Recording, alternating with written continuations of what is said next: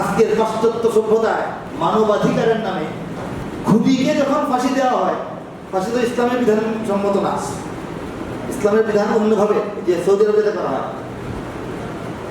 হত্যাকারীকে যখন শাস্তিস্বরূপ হত্যা করা হয়, সেটাকে ফেরানোর জন্য মানবাধিকার সংস্থাগুলি দাঁড়ায় যায়। এটা হচ্ছে পশ্চিমাদের মানবাধিকার, কেনা বলে।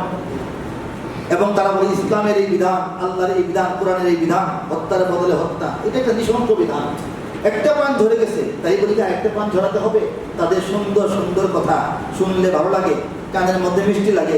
আমাদের সন্তানরা যখন স্কুল কলেজ ভার্সিটিতে পড়ে, তাদের কাছে খুব ভালো লাগে যে মৌলানা সাহেব তো বোঝে না, ইসলাম তো আসলে সরিয়ে না, স্বাস্থ্যসম্মত ধর্ম না, বিজ্ঞানসম্মত না, একটা প্রাণের বদলা একটা প্রাণ হত্যা করতে হবে, তাহলে দুইটা প্রাণের ক্ষতি হলো, আগে তো একটা হয়েছিল। তাদের মাথায় এটা ঢুকাই দেওয়া হয়েছে।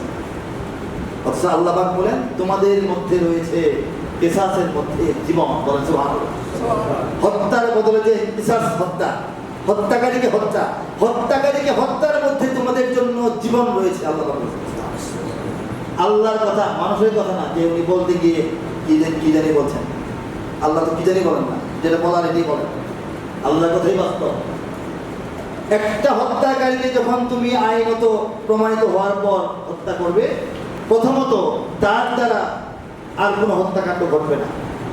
যখন তাকে হত্যা করবে না, সে খুন করে পার পেয়ে যাবে, তার মধ্যে খুন করার সাহস বেড়ে যাবে, প্রথম কথা।